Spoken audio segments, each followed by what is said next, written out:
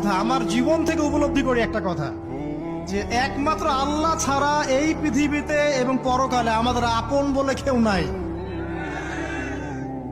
বাকি সবাই সবার স্বার্থের জন্য আছে।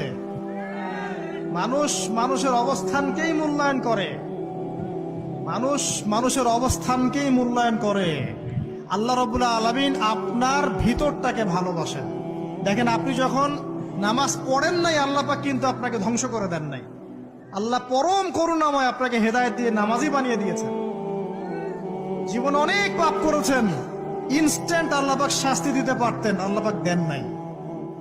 আল্লাহ আপনাকে ভালোবাসেন, আল্লাহ আমাকে ভালোবাসেন।